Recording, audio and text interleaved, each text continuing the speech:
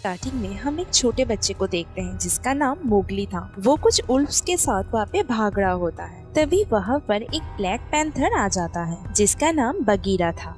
Bagheera था तो एक ब्लैक पैंथर, लेकिन वो उल्फ्स के साथ रहा करता था और मोगली को भी उसने उल्फ्स के तरीके सिखा दिए थे। और तभी हम देखते हैं कि मौसम चेंज होता है और गर्मी का सीजन आता है और हर तरफ पानी की कमी होने लगती है। अब सब एनिमल मिलकर ये डिसाइड करते हैं कि नदी के किनारे जो पानी बचा हुआ है वो सब मिलकर वो पानी पीने के लिए जाएंगे और इस टाइम पे कोई भी एनिमल दूसरे एनिमल पर अटैक नहीं करेगा। अब सभी जानवर, छोटे से लेकर बड़ा जानवर, सब जा करके उस नदी के किनारे जाते हैं और पानी पीने लगते हैं। इसके बाद वहाँ पर मोगली भी आता है। उन उल्फ्स का जो लीडर था उसने मोगली को इंसानों के तौर तरीकों को अपनाने से मना किया था और उसने मोगली को ये भी कहा था कि उसे इंसानों की तरह नहीं बल्कि भेड़ियों की तरह रहना होगा। इसके बाद हम देखते हैं कि सभी एनिमल मिलकर के पानी पी रहे होते हैं। वो सभी एनिमल मोगली को बहुत हैरानी से देख रहे होते हैं क्योंकि उन सभी एनिमल्स ने ऐसे एनिमल को तो कभी नहीं देखा था। और दिन तभी वहाँ पर चारों तरफ सन्नाटा हो जाता है और तभी हम वहाँ पर एक टाइगर को देखते हैं जिसका नाम शेर खान था। शेर खान को वहाँ पर इंसानों की स्मेल आती है और वो ये भी कहता है कि हमारे बीच में कोई इंसान भी है। शेर खान मोगली को देख लेता है और देन वो ये कहता है कि इसको मेरे हवाले कर दो। तभी उल्फ्स का लीडर ये कहता है कि ये हमारे टीम मेंबर है तो हम तुम्हें इसे नहीं देंगे। तब शेर खान ये कहता है कि ये जो पानी की कमी है ये कुछ ही दिनों में पूरी हो जाएगी क्योंकि आज नहीं तो कल बारिश तो हो ही जाएगी और तब जो इन जानवरों में इत्तेफाक है वो इत्तेफाक खत्म हो जाएगा और तब मैं मोगली को उठाकर यहाँ से ले जाऊंगा। मुझे कोई भी नहीं रोक सकता।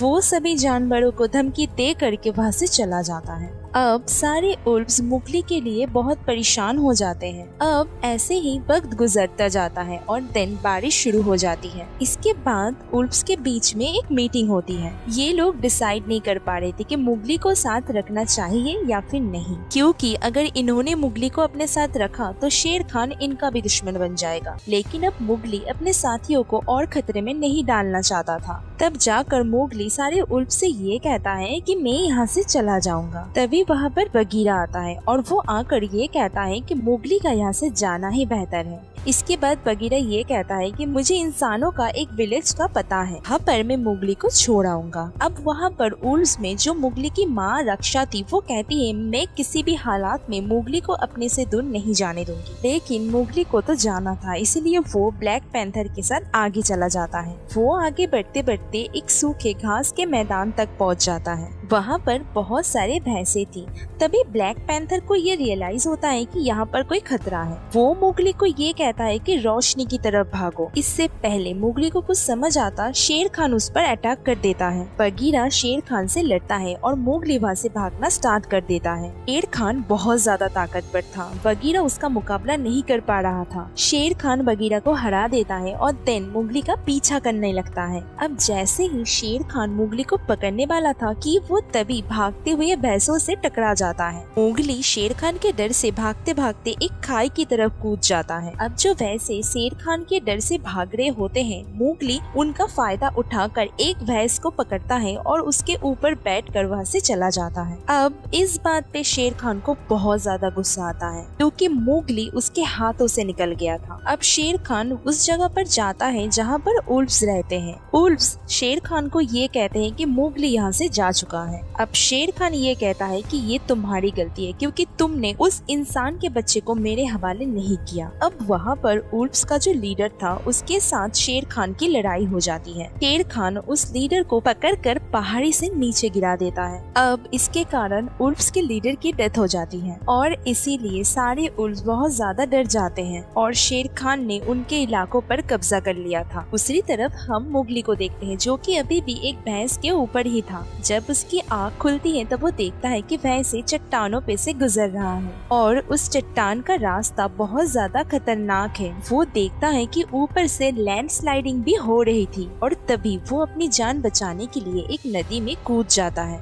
मोगली बहुत ही घने जंगल में पहुंच चुका था। मोगली अब यहाँ पर बहुत ज्यादा भूखा भी था। देन वो एक ट्री पर कुछ फ्रूट्स देखता है, तो वो उन फ्रूट्स को लेने के लिए एक ट्री पे चढ़ जाता है। वहाँ पर कुछ और भी एनिमल आ जाते हैं, वो मोगली के फ्रूट्स को उठाकर लेकर चले जाते हैं। अब मोगली इस घने जंगल में आकर के रास्ता भी भूल चुका था। इसके बाद जब मोगली वहाँ से गुजर रहा होता है तब उसके पास एक पाइथन स्नेक आ जाता है। वो मोगली को हिप्नोटाइज कर लेता है, जिसकी वजह से मोगली को अपना पास्ट याद आ जाता है। तब वो बहुत ज्यादा छोटा था। वो पास्ट में ये देखता है कि कैसे उसके फादर ने शेर खान से उसको बचाया था। उसके फादर के हाथ में एक जलती हुई मशाल थी, जिससे उन्होंने शेर खान पे हमला भी किया था, और वो निशान शेर खान की आंखों पर अभी भी है। शेर खान ने उसके फादर को मार दिया था, और तभी मोगली के पास बगीरा आया था, और बगीरा उसको उल्फ्स के पास लेकर गया था। के बाद हमें दोबारा से प्रेजेंट दिखाया जाता है, जहाँ पर हम पाइथन स्नेक को देखते हैं। ये पाइथन स्नेक मोगली को अपने बातों में लगा रही थी। उसको बहुत ज्यादा भूख भी लगी थी ताकि वो मोगली को खा सके, और जब वो पाइथन स्नेक मोगली को खाने ही वाला होता है तभी वहाँ पर एक बियर आ जाता है जिसका नाम बल्लू था। वो मोगली को बचाकर लेकर जाता है। दरअसल मोगली बेहोश हो चुका था। जब वो होश में आता है तब वो अपने सामने बल्लू को देखता है। अब बल्लू मोगली से ये कहता है कि मैंने तुम्हारी जान बचाई है और इसके बदले तुम्हें शहद तोड़ने में मेरी मदद करनी होगी। मोगली बल्लू की मदद करने के लिए तैयार हो जाता है। मोगली अपने इंसानों के दिमाग को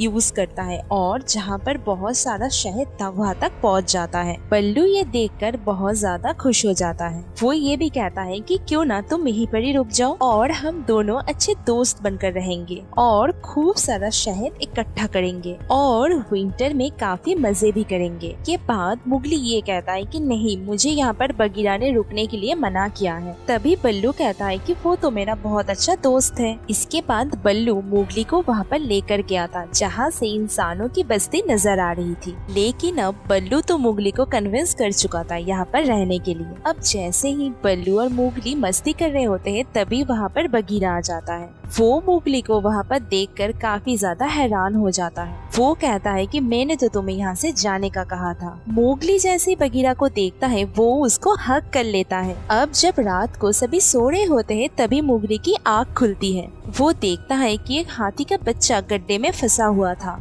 वो वहाँ पर एक रस्सी लाता है और उन हाथियों की मदद करता है उस हाथी के बच्चे को गड्ढे से बाहर निकालने में। अब वहाँ पर बगीरा और बल्लू भी थे। वो जब ये देखते हैं तो वो बहुत ज्यादा खुश होते हैं। बगीरा बल्लू को ये कहता है कि शेर खान ने उल्फ्स के लीडर को मार दिया है और उसका अगला शिकार अब मोगली है। अब जब बल्लू ये सुनता है कि शेर खान मोगली के पीछे है तब वो मोगली के पास जाता है और वो मोगली से ये कहता है कि तुम मेरे दोस्त नहीं हो, मैंने तो शहद इकट्ठा करने के लिए तुमसे झूठ कहा था। क्योंकि बल्लू जानता था कि वो शेर खान से मोगली को नहीं बचा सकता। मोगली को ये बात बहुत बुरी लगती है। वो जाकर एक ट्री के ऊपर बैठ जाता है। अभी वहाँ पर बहुत सारे मंकी आ जाते हैं। वो मोगली को अपने साथ उठाकर वहाँ से लेकर चले जाते हैं। बल्लू और बगीरा भी उन बंदरों का पीछा करते हैं। अभी वो बंदर मोगली को उठाकर एक चट्टान में लेकर जाते हैं। यहाँ पर इनका किला था और वहाँ पर इनका किंग भी था। वहाँ पर बगीरा और बल्लू भी आ जाते हैं। बल्लू उस मंकी किंग को अपने बातों में उलझाता है और बगीरा मोगली को इशारा करता है भागने के लिए। अब जब बगीरा और मोगली वहाँ से भाग रहे होते हैं तभी एक बंदर उनको भागते हुए देख लेता है। बल्लू और बगीरा बाकी बंदरों से मुकाबला कर रहे थे। भी वहाँ पर जो मंकी किंग था वो मोगली के पीछे था। मोगली भागते भागते केव्स में चला जाता है। अब जब मंकी किंग वहाँ पर उसका पीछा करता है तो सारा केव्स गिर जाता है। अब मोगली तो एक ट्री पर जंप करके बच जाता है, लेकिन वो मंकी किंग उस किले के मलबे के नीचे दब जाता है। अब मोगली सबसे पहले इंसानों के बस्ती में जाता है। वहाँ पर वो जाकर ये देखता है कि आग जल रही होती है और उस आग से ये सभी जानवर डरते हैं। मोगली वहाँ से एक मशाल लेता है। तभी मशाल की चिंगारियाँ सूखे घास पर गिर जाती है और इसके कारण वहाँ पर आग लग जाती है। इसके बाद मोगली अपने साथियों के पास पहुँच जाता है जहाँ पर सारे उल्फ्स थे। वहाँ पर शेर खान भी था। शेर खान मोगली से ये कहता है कि देखो तुमने जंगल का क्या हाल कर दिया है। तुम भी आखिरकार इंसान इंसानों की तरह ही हो।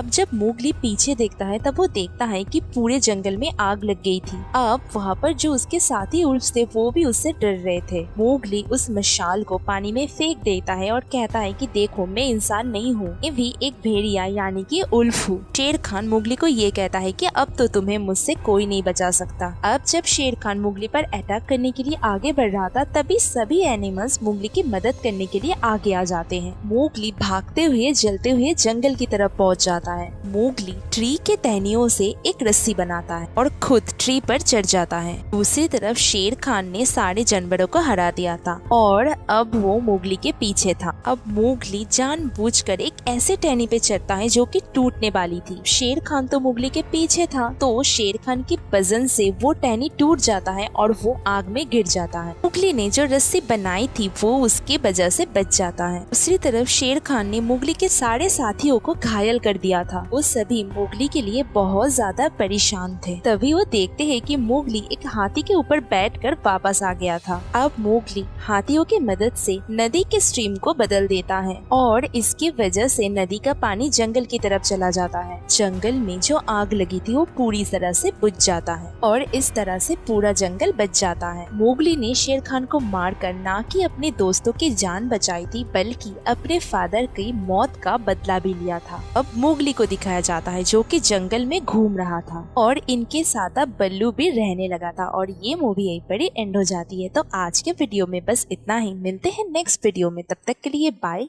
Keep smiling and be healthy.